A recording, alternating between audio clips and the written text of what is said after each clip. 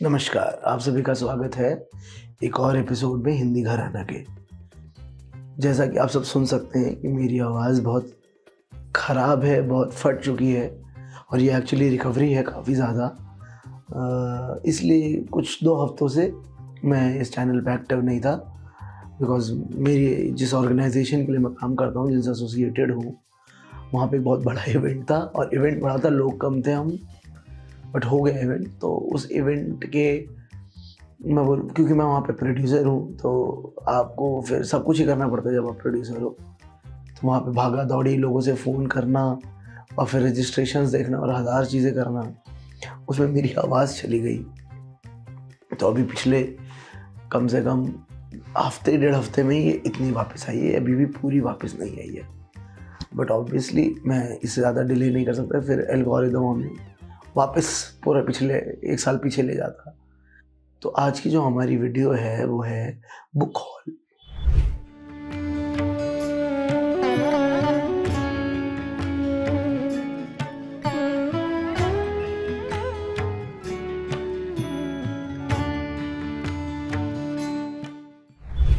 शायद रिकॉर्ड नहीं हुआ है। Book hall. तो बुक हॉल क्या होता है? बुक हॉल होता है जहाँ पे आपको ये आपने टिकटॉक पे और यूट्यूब पे बहुत कॉमनली देखा होगा। यहाँ पे एक इंसान बैठता है और बताता है कि उन्होंने इस महीने क्या-क्या किताबें खरीदी, उसमें क्या-क्या है और वो क्यों खरीदी है। आमतौर पे यही होता है। बहुत ईज़ी कंटेंट होता है, बहुत लोग करते हैं। मतलब मैं भी मानता हूँ ये आसान कंटेंट है और बहुत लोग मानते हैं कि आसान कंटेंट और है भी। आपको किताबें खरीदनी है और उनके नाम ही तो बताने हैं और उनके बारे में बताना है। तो आज मैं भी ईज़ी कंटेंट ही करने वाला हूँ बिकॉज़ मैं इस हालत में नहीं हूँ कि मैं और अब मुझे लगता नहीं है कि आप शायद प्रेफ़र भी करेंगे कि आप मेरी इस आवाज़ में कोई गज़ल सुने बहुत लंबी या कोई नज़्म सुने और उसके ऊपर मेरे ख़्याल सुने या फिर कोई किताब के बारे में मुझे बात करते सुने।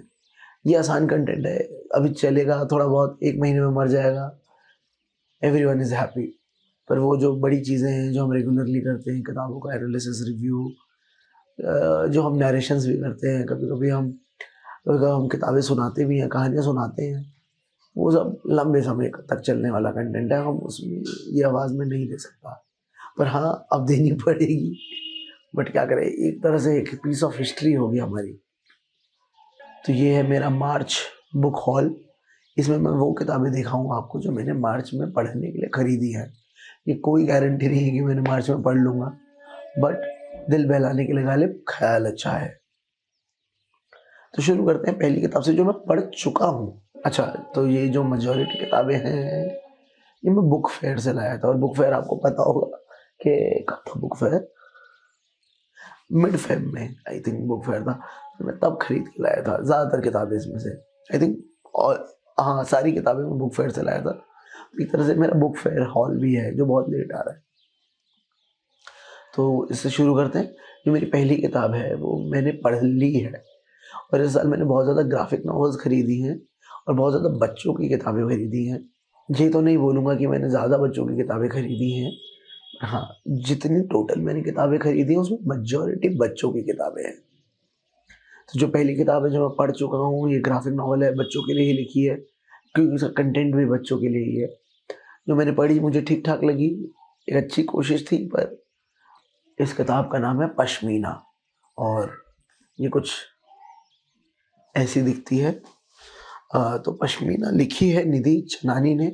निधि चनानी एक एनआरआई है और ये कहानी भी एक एनआरआई लड़की के पर्सपेक्टिव से है, जो स्कूल गोइंग लड़की है, सो 14-15 सम टीनेजर लड़की है, उसके पर्सपेक्टिव से और उस लड़की का जो गेज़ है, जो नज़रिया है इंडिया को देखने का और क्या सच में इंडिया वैसा है और क्या है इंडिया, इस बारे में ये किताब है। पश्मीना आपको पता है कि एक शॉल को भी कहते हैं पश्मीना और शायद उस धागे को भी पश्मीना कहते हैं जिससे वो बनती है। अमेरिका बेस्ड एक टीनेजर लड़की की कहानी पढ़ते हैं जो इंडिया जाना चाहती है। उसकी माताजी अकेली आई थी जब ये इनकी माताजी प्रेग्नेंट थी, तो इंडिया छोड़ के यूएस आ गई थी और उन्होंने बहुत स्ट्रगल्स देखी, बहुत हार्डशिप्स देखी और उन्होंने मन बना लिया कि मैं कभी इंडिया वापस नहीं जाऊंगी। पर इस लड़की को वापस जाना है इंडिया। क्यों जाना है? इंडिया में क्या है, क्या हुआ था ऐसा कि इनकी माँ अकेले, सब घर परिवार सबको छोड़ के प्रेग्नेंट अकेले वापस आ गए और क्यों वो वहाँ पे अकेले रहती है, उन सब बारे में कहानी है। आपके बच्चों के लिए अच्छी कहानी है, क्योंकि इसमें एक देवी का ज़िक्र है, शक्ति देवी, तो उसके बारे में बहुत अच्छी-अच्छी बातें हैं। और ये कोई बहुत प्रोफाउंड किताब नहीं है। आप इसे पढ़ के आपको शायद ऐसा नहीं लगेगा कि मेरी तो तीसरी आँख खुल गई, मुझे कोई ब्रह्म ज्ञान आ गया। ये बच्चों के लिए किताब है और उस हिसाब से ये बिल्कुल सही है। तो अगर आपके घर में बच्चे हैं या फिर आपको शौक है छोटे बच्चों की किताबें पढ़ने का, या आपको ग्राफिक नॉवेल्स का शौक है, तो आप ये पढ़ सकते हैं। एक बार वन टाइम रीड है, अच्छी है। हाँ, ऐसा कुछ मेमोरेबल नहीं है, ऐसा नहीं है कि आपको पूरी ज़िंदगी याद रहेगी। और हम बच्चों की किताबों के बारे में बात करें और बाहर बच्चे खेल रहे हैं। जो दूसरी किताब है मेरी, वो एक बहुत प्रसिद्ध इंडियन राइटर की है, फ़िल्म राइटर की। उन्होंने फ़िल्म डायरेक्ट भी कर ली है, बहुत फ़ेमस है, बहुत ज़्यादा फ़ेमस है। उनको सभी जानते हैं। उनकी अभी एक हाल ही में ही फ़िल्म आई है, जो कि एक डॉक्यूमेंट्री से इंस्पायर्ड है एक्चुअली। तो इस किताब का नाम शायद सबने सुना है। आई थिंक उनका एक सेट है, एक वीडियो भी है यूट्यूब पे जो इस किताब की कहानी के ऊपर है, और इस किताब का नाम है पेपर चोर। मैं फिर से बता देता हूँ, इस किताब का नाम है पेपर चोर, और कुछ ऐसा इसका कवर है। ये अभी तक मैंने पढ़ी नहीं है, पर ये पतली किताब है, ज़्यादा कुछ पन्नों की नहीं है, और ये एक प्रकाशन है बहुत अच्छा, एक तारा, उससे छापी हुई है। बहुत ज़्यादा एक तारा की ही किताबें लाया हूँ। पेपर चोर के बारे में मैंने बहुत तारीफ़ें सुनी हैं। ये वरुण ग्रोवर की शायद निजी ज़िंदगी की कहानी है कि रोज़ इनके गेट पे अखबार वाला पेपर रख के जाता था और चोरी हो जाता था। तो ये ढूँढने का प्रोसेस है कि कौन इनका अखबार रोज़ चुरा के जाता था, और वो चोर कौन था और वो क्यों चुरा रहा था।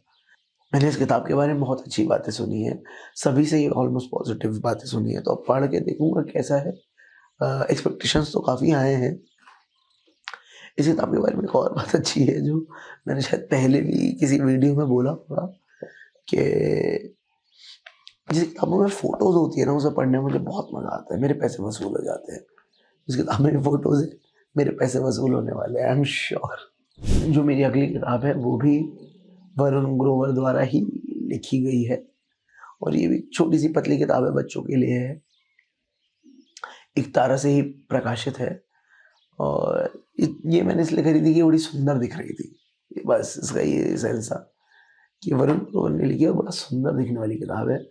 और यही किताब हाथियों की टोली, पतली किताब है, छोटी किताब है, कुछ ज़्यादा है नहीं, पिक्चर बुक्स है, अंदर पिक्चर्स हैं और टेक्स्ट लिखा हुआ है। आप शायद खरीदते टाइम ही आप ऐसे पलट के पढ़ के ख़त्म कर सकते हैं, पर इन सबको सिर्फ पढ़ना गोल नहीं है, इनको संभाल के रखना, संजोना, अपने घर में, अपने फ्यूचर में कहीं पे आस-पास बच्चों को देना, उन्हें पढ़ाना, इज़ योर गोल, है ना?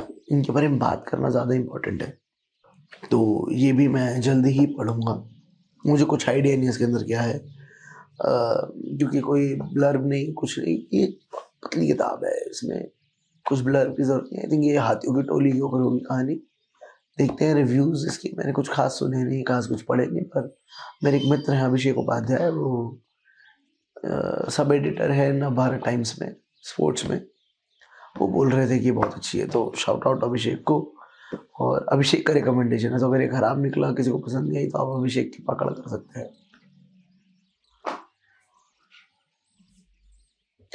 अब जो ये मेरी अगली किताब है, ये एक तारा पब्लिकेशन से है, ये भी बच्चों के लिए ही लिखी गई है, पर आई कैन से दिस कि ये हिंदुस्तान के सबसे prominent film writer, film director, music lyricist, song lyricist, film song lyricist, poet, writer, मतलब सब कुछ ही ना, जो भी पॉसिबल है क्रिएटिवली करना। और एक बहुत मैंने अभी कहीं देखा, रील में देखा था कि और ये बारिश बंद कराना भी जानते हैं, तो उनके द्वारा लिखी गई है। इस किताब का नाम है पूछ, दुम, या फिर वो जो टेल, तो पूछ इस किताब का नाम है। ये ऐसी दिखती है, और ये गुलजार साहब ने लिखी है। ये भी पिक्चर बुक है, इसके अंदर फोटोज़ हैं और 1 लाइन 2 लाइन है हर पेज पे। अगेन ये एक्सपीरियंस करने की चीज़ है, मुझे इसका कोई आइडिया नहीं है इसके अंदर क्या होने वाला है, बट आई एम श्योर ये अच्छी होगी। इसको पढ़ के मुझे मज़ा आएगा और मेरा मन करेगा कि मैं अपने आस पड़ोस में बच्चों को ये किताब पढ़ाऊँ। आई थिंक मेरी आखिरी बच्चों की किताब जो है वो भी गुलजार जी की लिखी है, वो भी एक तारा से पब्लिश हुई है। इस किताब का नाम है पहेलियाँ, जो कुछ ऐसी दिखती है। ये भी पिक्चर बुक जैसी है, मतलब पिक्चर बुक ही है, बहुत कम टेक्स्ट है, फोटोज ज़्यादा हैं, तो मैं ये भी ले आया। एक्चुअली हुआ क्या कि मैं और मेरे एक दोस्त हम दोनों गए थे बुक फेयर और हम सब पब्लिकेशंस घूमे, हमने थोड़ी थोड़ी किताबें खरीदी। पर जब मैं इतारा गया तो मेरा दिमाग फिर गया, मैंने कहा ये तो पूरा स्टोर खरीद सकता हूँ मैं, इतना खूबसूरत, इतना अच्छा सामान, इतनी अच्छी किताबें। पर दुखद बात ये थी कि भीड़ नहीं थी, लोग नहीं थे वहाँ पे खरीदने वाले, बच्चे नहीं थे। इतारा में बच्चे होने चाहिए थे, पर बच्चे बैठे हैं कोचिंग इंस्टीट्यूट्स के स्टॉल पे बुक फेयर में, ये जो एग्ज़ाम प्रिपरेशन की तैयारी कराते हैं उनके बुक स्टॉल्स पे माँ बाप अपने बच्चों को लेके बैठे हैं, जो कि अनफेयर है। मतलब जो बच्चा पूरे दिन पढ़ाई ही कर रहा है, उसको एक दिन आप बुक फेयर पे ले गया और उसे फिर उठा के पढ़ाई में डाल दिया, फिर सिलेबस की किताबें खरीद दो, विच इज़ वेरी सैड। मतलब बच्चे डिजर्व करते हैं ना कि सब भी पढ़ना। फिर उनके साथ क्या होगा, वो मेरी तरह ही बन जाएंगे ना कि 25 अपने मिड 20s में आके उन्हें एग्जिस्टेंशियल क्राइसिस होगा और वो बोलेंगे नहीं मैं अब बच्चों की किताबें पढ़ूंगा, क्योंकि जब मैं बचपन में था तो हमें मिली नहीं, तो हम अब पढ़ेंगे। बदला समाज के साथ, दुनिया के साथ। तो ऐसा ना करें अपने बच्चों के साथ, उन्हें पढ़ने दें, खरीदने दें, ये सब भी ज़रूरी है बच्चों के लिए, रिक्रिएशनल चीज़ें हैं। तो ये थी मेरी इख्तारा से जो मैंने किताबें खरीदी, और पश्मीना मैंने हार्पर कॉलिन्स से ली थी। अब जो किताबें मैंने ली हैं उनके पीछे या तो कोई कहानी है मैंने कैसे ली थी, फिर उनका कुछ सिग्निफिकेंस है अपने आप में। तो जो अगली किताबें मैंने रशियन एम्बेसी का जो स्टॉल था, बुक स्टॉल, वहाँ से ली थी। रशिया इस साल का मेन गेस्ट भी था बुक फेयर पे, तो ऑब्वियसली सबसे बड़ा सबसे कमाल स्टॉल इनके पास था। चीज़ें इनके पास कम थी, कम किताबें थी, बहुत अजीब बात है, जो कि एक पॉइंट पर रशियन लिटरेचर इतना प्रोमिनेंट था हिंदुस्तान में। आज मैं देख रहा हूँ अभी भी फ्योदोर दोस्तोयेव्स्की ही बेच रहे हैं, चेखोव बेच रहे हैं। मतलब कैसे कोई नया रशियन राइटर नहीं हुआ जिसका कमाल, जिसका काम इंग्लिश या हिंदी है और इंडियन लैंग्वेजेस में ट्रांसलेट नहीं हुआ है, जो आप यहाँ पे शोकेस भी नहीं कर सकते हो, बेच भी नहीं सकते हो, पढ़ा भी नहीं सकते हो। मतलब ये क्या हो रहा है, इतना गिर गया है क्या रशियन लिटरेचर? या फिर मतलब आपकी ढिठाई है या आपकी कोताहियाँ इतनी बढ़ गई हैं कि आपको फ़र्क ही नहीं पड़ता कि आप वर्ल्ड बुक फेयर में आए दिल्ली में, जहाँ इतना लोग आती, इतनी जनता आती है, और वहाँ पे अपने कुछ ट्रांसलेटेड वर्क, कंटेम्प्रेरी ट्रांसलेटेड काम भी नहीं लेकर आए हो, और वहाँ पे आप एप्पल पाई और चाय बेच रहे हो। मतलब कमाल है यार, मतलब व्हाट इज़ दिस। बहरहाल मैं वहाँ से लेके आया, इट्स अ सूवेनिर, मुझे कहीं से भी मिल जाती है किताब, पर मैंने एक सूवेनिर के तौर पे वहाँ से ली। वो है ये notes from the underground, Fyodor Dostoevsky की। अगेन ये किताब कॉपीराइट फ्री है, ये कहीं से भी आपको मिल जाएगी। आप इसका आप पीडीएफ डाउनलोड करके पढ़ लो, आपको कोई नहीं रोक सकता है। इसका आप डॉक्यूमेंट डाउनलोड करके कहीं से भी पढ़ लो, आपको कोई नहीं रोक सकता है। ये कॉपीराइट फ्री किताब है, इसका किसी पे कॉपीराइट नहीं। मेरी भी मैं कल छाप के इसके स्टेपल मार मार के बेचने लग जाऊँ, कौन रोक लेगा मुझे? इस पब्लिकेशन का पर्टिकुलर एडिशन नहीं, पर अगर मुझे इसका मैन्यूस्क्रिप्ट मिल जाता है कहीं से, जो कि पक्का कहीं ना कहीं टोरेंट वेबसाइट्स पे या पायरेसी वेबसाइट्स पे अवेलेबल होगा, तो उसको मैं अपने हिसाब से अरेंज करके, बिना अरेंज करे उसको मैं प्रिंट आउट करके बेच दूँ, फ्री में बांट दूँ, तो कोई क्या कर लेगा? तो फिर पॉइंट क्या? इतना बड़ा स्टॉल आपने लिया, आप उस पर एप्पल पाई बेचना हो यार, कमाल है। Tell me about contemporary Russian work यार, हम एक्साइटेड होते हैं, हम आए हैं, हम सोचते हैं कि हाँ दूसरे देशों के बारे में सीखने को मिलेगा, दूसरे देशों का लिटरेचर जानने को मिलेगा, कुछ भी नहीं मिलता। बाकी देश भी ऐसे ही थे, फ्रांस का देखा था, कुछ भी नहीं है, कुछ इनको मतलब ही नहीं है। ब्रिटिश एम्बेसी, उनको कुछ मतलब ही नहीं, कुछ पता ही नहीं है। सबसे फालतू जगह जो है वो तो वही यूके दुनिया में, इंग्लैंड, फॉर सम रीज़न उसने कसम खा रखी है। घटिया से उनकी 2 कौड़ी की एम्बेसी है, उसमें उसका स्टॉल लगा लेते हैं और उसमें क्या बेचते हैं, सब्सक्रिप्शन ले लो यार, हमारी लाइब्रेरी का पास ले लो। अबे भाई तुम अपना लिटरेचर दिखाओ ना मुझे, क्या लिख रहे हैं कंटेम्प्रेरी ब्रिटिश राइटर, आपको पता भी है, किसी को भी पता है?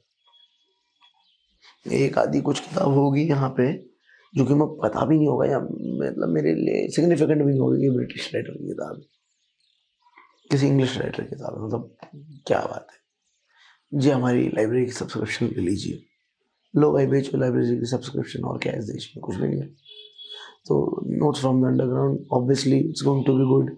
मास्टर है फिरदौस दस्तयevsky, गुरु हैं, उस्ताद है हमारे, हम इनको क्या कह सकते हैं। तो यस, ये ज़रूर पढ़ूंगा मैं जल्दी से जल्दी। ये जो अगली किताब है इसके पीछे कहानी है कि मैं रूपा पब्लिकेशन गया और उससे वहाँ जाने से पहले मैंने लल्लन टॉप की वीडियो देखी थी, सौरभ द्विवेदी जी की। सौरभ द्विवेदी जी रूपा पब्लिकेशन गए थे, तो वहाँ पे उन्हें कोई रूपा की कोई सीनियर मैनेजमेंट से कोई महिला थी, वो मिली। तो उन्होंने तैश में बोल दिया या फिर प्लान्ड था, आई डोंट नो। उन्होंने बोला कि कोई भी आके लल्लन टॉप रूपा बोलेगा या फिर सौरभ रूपा या फिर सौरभ एलएफ, एलएफ शायद सिस्टर पब्लिकेशन है रूपा का, ALEPH LF, श्री शशि थरूर वगैरह की किताबें छापते हैं, नॉन फिक्शन छापते हैं बेसिकली LF, उनका नाम लेते हैं, तो वो आपको 40-45% डिस्काउंट देंगे। तो मैं भी पहुंच गया रूपा के स्टॉल पे, घूमा, बहुत सारी चीज़ें थी, पर जो मुझे लेनी थी वो थी ये पुष्पेश पंत जी की लज्जतनामा। लज्जतनामा खाने के ऊपर किताब है। आई लव, मेरा फेवरेट एक तरह से जॉनर है कुक बुक्स या फिर books about food, science of food, history of food, politics of food. तो उसी में है ये किताब लज्जतनामा। ये आई थिंक इसमें रेसिपीज़ हैं, खाने के बारे में है, पर आई थिंक मेजॉरिटी इसमें रेसिपीज़ ही हैं। अच्छा इसमें अच्छा इसके इससे मुझे मिला 45% of, which I am grateful, I am very happy.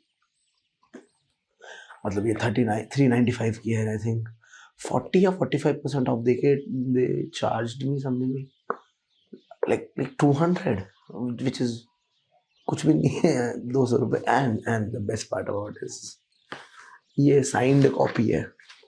सो यहाँ पे पुष्पेश पंत का सिग्नेचर है। ऑब्वियसली मैं तब था नहीं जब ये साइन हुई, इन्होंने पुष्पेश पंत जी आए थे, उन्होंने साइन करके ये कॉपीज रख दी थी और बाद में मुझे मिल गई। सो ये काफ़ी अच्छा लगा मुझे बहुत पसंद आई। आई फील वेरी लकी कि मेरे पास एक साइंड कॉपी है। It's always good, it always feels great to have a signed copy. This is the last book जो मैंने खरीदी इस साल बुक फेयर में, एंड द बुक इज, इसका नाम है पैलेस्टाइन अ 4000 ईयर हिस्ट्री, और ये लिखी है नूर मसाला। तो ये पैलेस्टाइन के ऊपर किताब है, उसकी हिस्ट्री के बारे में, फ्रॉम द जेनेसिस क्रिश्चियनिटी के स्टार्ट से लेके जो ओल्ड जो वहाँ पे ट्राइब्स थी वहाँ से लेके प्रेजेंट डे तक जाती है ये किताब।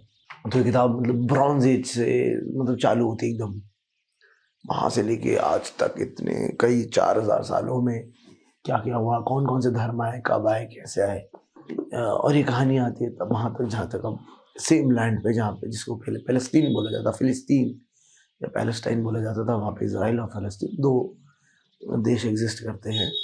तो वहाँ तक कैसे सब बातें आई, कैसे चीज़ें आई, उस बारे में एक किताब है।